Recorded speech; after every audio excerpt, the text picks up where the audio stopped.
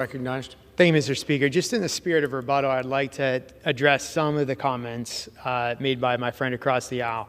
The spending under President Trump. There was spending under President Trump, but you know what? He also had a pandemic that we haven't seen in the last 100 years. So where's the excuse of the $1.7 trillion that was just rammed through? You want to talk about closed rules, things not going through regular order? That $1.7 trillion was rammed through. It was architected, it didn't even go through the Senate Appropriations Committee. It was rammed through by two senators that are no longer here who had zero accountability to the American public. What about Build Back Better? Where's the excuse for that? All Build Back Better did was increase inflation, hurt workers who have wages that aren't keeping pace with inflation. And what about the Recession and Inflation Act? Where's the excuse for that and why we had rampant spending there? There is no excuse for it. Let's talk about China.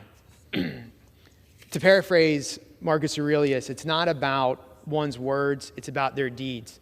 Let's talk about the deeds of my friends across the aisle. 3 years ago or so, my good friend, the Speaker of the House, put together he wanted to put together a select committee on China. And he was strung along by my friends across the aisle. Finally, the Speaker had to move forward on his own as the minority Republican leader to put together the China Task Force. I was privileged to be on the task force. You know how many Democrats were on that task force? Exactly zero. 0 Democrats joined that task force. So it's quite amazing how I hear that the Democrats want to condemn China, but when they had the chance to have a select committee to address the threat of China, they won't go along with it. When they had the chance to join a task force explicitly put together to combat China and their malign influences on the world, 0 of them joined that task force. So spare me the talk on China. We've seen how you treated China. No, it's my time. Thank you. Let's talk about the definition, playing these silly games that we can't define socialism and communism. We all know, we're all educated. We all know what socialism is. We all know what communism is.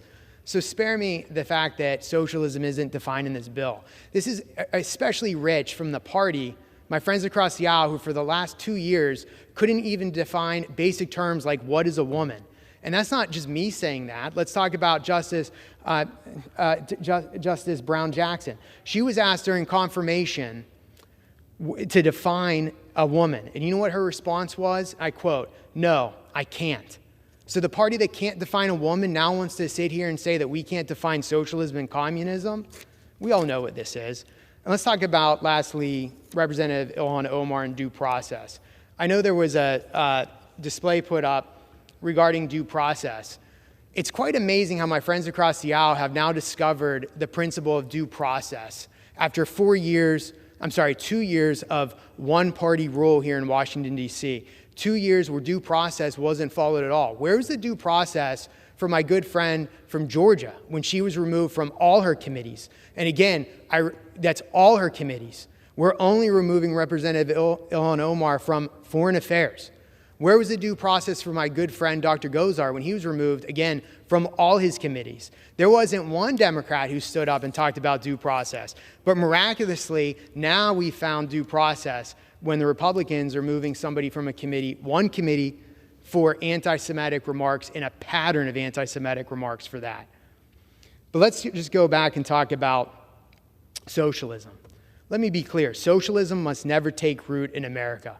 President Trump himself said, "America will never be a socialist nation." These are words we should all rally around. We should all support that. But for too long, Democrats have fought this far-left authoritarian agenda, regardless of the regimes across the globes that commit acts of violence and oppression against their own people in its name. Experiments with socialism have led to painful human tragedy. We're talking about starvation, imprisonment without due process, I might add, and mass murder. Capitalism has lifted more people out of poverty than any other system.